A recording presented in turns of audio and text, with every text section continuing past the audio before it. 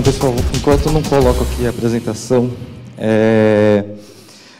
quando eu cheguei no evento, eu fui até o banheiro do camarim e falei, nossa, esse evento é muito inovador. Eu cheguei, sentei lá no troninho e tinha um iPad do lado. Eu falei, nossa, o pessoal deixou um iPad aqui para leitura e tal. Depois eu descobri que era de alguém que tinha esquecido no banheiro. Mas, nossa, eu falei, é evolução, na verdade. Em vez de você ler revista, você fica com o iPad no banheiro. Meu nome é Juliano Kimura e eu gosto de música sertaneja. Meu apelido de infância é Perninha. Por que eu me apresento dessa forma? Foi uma coisa que eu aprendi, inclusive, em uma palestra de inovação. Porque quando você se apresenta dessa maneira, na verdade, você aproxima muito mais a pessoa e você cria muito mais chances de você fechar negócio com aquela pessoa. Muito pelo contrário, quando você fala, nossa, eu sou diretor executivo de tal empresa. E isso te distancia, em vez daquela pessoa, em vez de te aproximar. Quando você cria afinidade, fala de alguma coisa que você tem paixão, que você gosta de verdade, você aproxima essa pessoa. Eu não quero falar nem do meu currículo, ou o que eu fiz de legal, ou clientes que eu já atendi. Tá? Eu quero falar sobre a inovação invisível. A inovação que ela acontece no dia a dia das pessoas. E a gente, por várias questões, essa inovação do dia a dia, do cotidiano, ela não chega nas empresas, no meio profissional. Esse daqui é um gráfico da Buster Masteller, que diz que, antigamente, a notícia ela demorava 8 horas para ela sair no meio digital. Com a chegada das redes sociais, ela chega em meia hora nas redes sociais e na internet. Através de quem? Através de vocês. Porque você tem o aparelho, você tem o smartphone. Por que você não pode fazer a notícia? Você viu uma pessoa atropelada, você está na manifestação, tá? Você coloca o conteúdo em tempo real. E a gente cresceu em uma geração que era a geração da Globo e de meia dúzia de canais de televisão. E essa nova geração que está nascendo agora é uma geração que ela está sendo impactada por uma série de canais. Tá? E essa série de canais é games, é redes sociais, iPad, etc. Esse impacto, não só esses canais, então um LinkedIn, o Ning, um Orkut, tudo isso vai tornar as pessoas mais interativas. Então, a nova geração de profissionais vai ser mais interativa. Um Google Plus, que tem um Hangout, que você consegue fazer uma videoconferência e fazer reunião, por exemplo, com uma série de profissionais. Esse daqui foi o penúltimo conclave. E esse aqui foi o conclave, o último. Vamos ver de novo? As máquinas analógicas e todo mundo subindo conteúdo em tempo real, tirando foto, postando em suas redes sociais. Não chega, nada de chegar, tirar foto com a maquininha digital, depois chega em casa, descarrega no computador, sobe, depois... Não, tudo em tempo real. Qual é o impacto disso, não só no cotidiano das pessoas, mas dentro das empresas? O Paulo, ele palestrou, ele falou um pouco sobre o investimento da Coreia na parte de P&D. E isso me lembrou o seguinte, na Coreia, se a gente quer ver o futuro da internet, o futuro das redes, a Coreia é um bom exemplo. Tá? A partir da segunda série, eles já têm aula de educação na internet. Imagina uma criança de 7, 8 anos, que ainda está sendo alfabetizada, passar a utilizar a internet de uma maneira saudável. Eles estão ensinando isso na escola. Aqui a gente está anos-luz disso, estamos pelo menos uns 10 anos atrás. A gente está vivendo uma geração agora que é a geração multitarefas. São pessoas executando várias tarefas ao mesmo tempo. E agora está ocorrendo o quê? Um choque de gerações que as pessoas não conseguem entender os novos profissionais que conseguem fazer várias coisas ao mesmo tempo, fica no Facebook, vê vídeo no YouTube e ainda trabalha, sabe? Ou está escutando uma música, um podcast. E isso vai acabar, aos poucos, desaparecendo. Né? Por quê? Porque essas crianças e essa nova geração vai crescer, né? E nem sempre vai demorar um pouco. Por quê? Porque eles ainda estão crescendo, mas eles estão aprendendo a gerir essa multitarefa, né, das pessoas. E enquanto a gente cresceu, eu tive gestores que é da nova geração, eu tive problemas de conseguir entender isso. Né?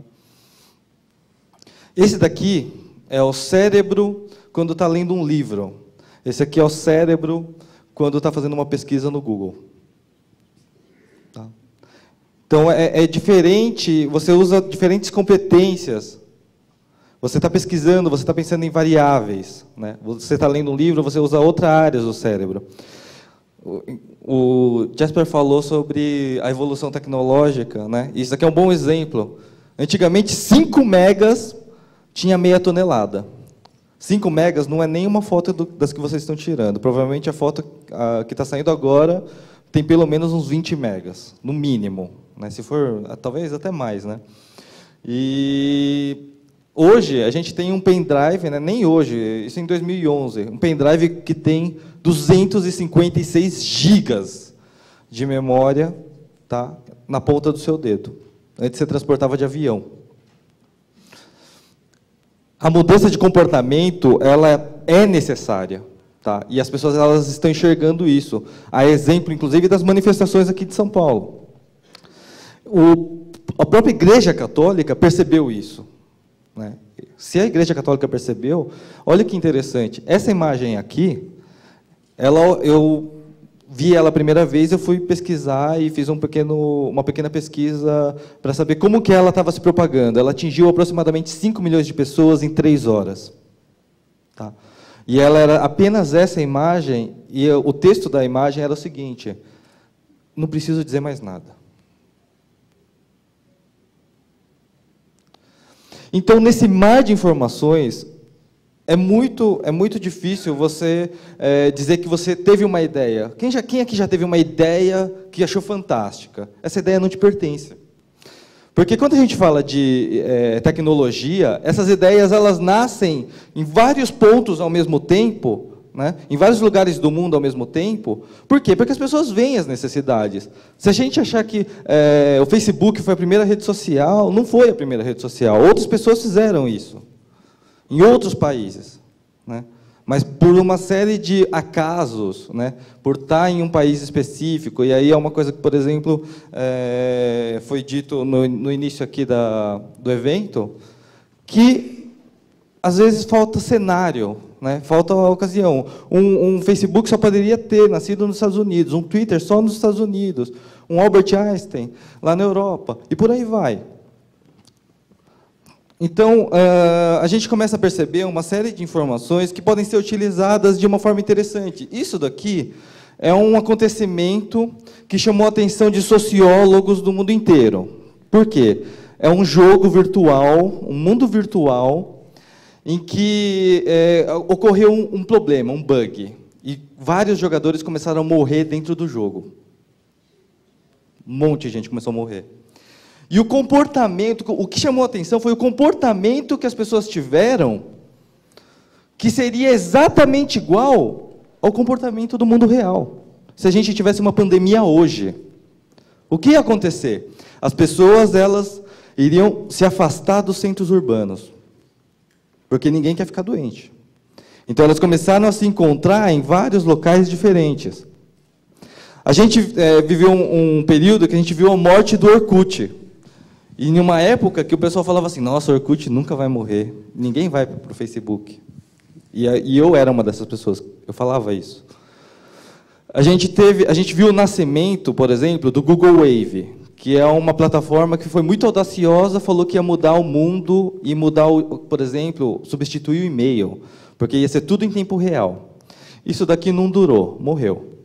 A tecnologia que o Google criou ali no Google Wave foi aplicada em outros produtos, não se perdeu.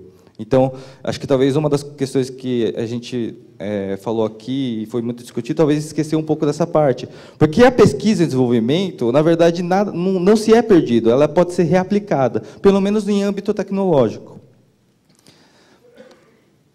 A gente está passando por um processo que é um fenômeno que é a fadiga do Facebook. Vários blogs do mundo inteiro estão falando sobre a fadiga do Facebook. O que é essa fadiga? As pessoas estão cansadas já do uso das mesmas coisas. Hoje, inclusive, uma das redes que mais cresce fora do Brasil é o Google+. E aí, eu fiz uma pesquisa aqui. Eu fui no Google e pesquisei um bairro e pesquisei sobre lavanderia. Eu tive uma surpresa, né, quando eu fiz essa análise, por quê? Essa segunda parte aqui, ela me apareceu me indicando uma lavanderia. Eu falei, nossa, será que eles estão pagando? É praticamente metade da página de busca do Google. Eles não estão pagando. O que é isso daqui? Isso daqui é o Google+. Ele tem um Places no Google+, e ele tem esse display de graça. Tá? Agora, vocês imaginem comigo. Imagina se o Facebook ele influenciasse nos resultados de busca do Google.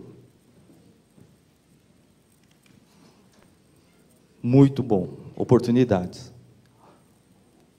O Google está fazendo isso, com o Google+. Ou seja, outros países já começaram a ver isso. Hoje a gente tem, por exemplo, empresas de pesquisa e desenvolvimento, que vocês, aqui do Brasil. E ontem eu conheci uma pessoa que trabalhava numa startup e perguntei, você comprou o Google Glass? Porque trabalhava com inovação. Google Glass é um óculos do Google que trabalha com realidade aumentada e quem pode comprar é apenas o pessoal desenvolvedor. São pessoas selecionadas. A gente tem várias iniciativas no mundo e tem pessoas, por exemplo, criando novas redes sociais de nicho, tá? Por exemplo, uma rede social que fala de artes marciais, uma rede social que fala sobre o time do Corinthians. E aí você fica mais abismado ainda quando você vê que qualquer pessoa pode criar uma rede social em menos de 15 minutos. Faz sentido desenvolver uma rede social só se tiver features, né, recursos diferentes do normal. A gente teve uma rede que se chamava Vine e permitia você compartilhar 6 segundos de vídeo. Tá? Diziam, vídeo é a evolução natural da comunicação, um dos grandes fortes. Né? E todo mundo estava olhando para o Vine. Vine, 6 segundos de vídeo, todo mundo compartilhando. O que aconteceu? O Instagram lançou 15 segundos de vídeo e já era uma plataforma consolidada com fotos. O que aconteceu? Os próprios usuários decretaram a morte do Vine. Eles começaram a tirar sarro. A realidade aumentada, que a gente hoje, por exemplo, tem uma tecnologia chamada Vuforia, da Qualcomm, né? Que é um SDK de desenvolvimento que vai permitir o uso de realidade aumentada acessando informações da nuvem. Isso vai popularizar, de uma certa forma, a realidade aumentada. A gente tem o Google Glass, que eu já comentei, e a gente tem várias iniciativas de startups, inclusive, eu nasci dentro de um coworking que me deu possibilidades de crescer, né, a minha empresa. A gente tem a compra do Facebook, o Instagram comprou o Facebook por $1 bilhão. E aí uma das coisas que as pessoas estavam comentando aqui é realmente, o Brasil não tem nenhum case desse, de ter desenvolvido algo, por exemplo, na parte de tecnologia, para vender por $1 bilhão. Né? A gente tem o Waze. O Waze é o quê? É o encontro de duas tecnologias, o GPS colaborativo.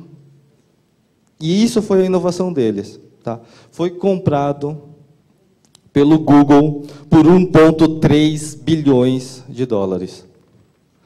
A gente tem um menino, acho que é Cuiabá, de 12 anos, que desenvolveu um aplicativo. Tá? A gente tem a compra do PayPal pelo eBay por 1,5 bilhões. Isso já é um pouco antigo. Mas a gente tem um menino de 8 anos que desenvolveu um jogo no Canadá. E é considerado um dos mais jovens empresários do mundo.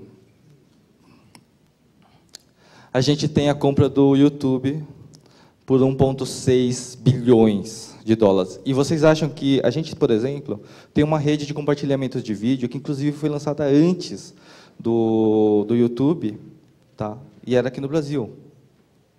Só por curiosidade. Se vocês forem pesquisar, vocês vão encontrar. Então, esse é o verdadeiro valor da inovação. Bilhões. Bilhões é o verdadeiro valor da inovação. É o legado que você deixa por gerações, não é uma coisa que você morre com você. Tá? Tem uma coisa que foi dito aqui, que é a cultura do erro. Tá? A cultura do erro precisa ser uma coisa, o erro inteligente, não o erro burro, que é o erro das mesmas coisas. Né? Porque o que acontece, a gente tem um problema cultural. Vocês já foram naquela reunião em que você entra com todo mundo para fazer uma reunião, você pede opiniões, ideias, e fica um silêncio. Sabe por que isso acontece? Porque quando alguém dá uma ideia, e essa ideia, por mais maluca que seja, ou talvez mais genial que seja, seja boa ou fora da caixa, aquela ideia geralmente é utilizada contra o seu autor. Por quê? Porque essa pessoa ela pode ser punida pela ideia. Nossa, olha a ideia que aquele fulano deu. Aquele fulano não merece crédito. Ele deu uma ideia totalmente errada. Mas talvez não se houve visão para enxergar o que existia por trás daquela ideia, ou como ela poderia evoluir.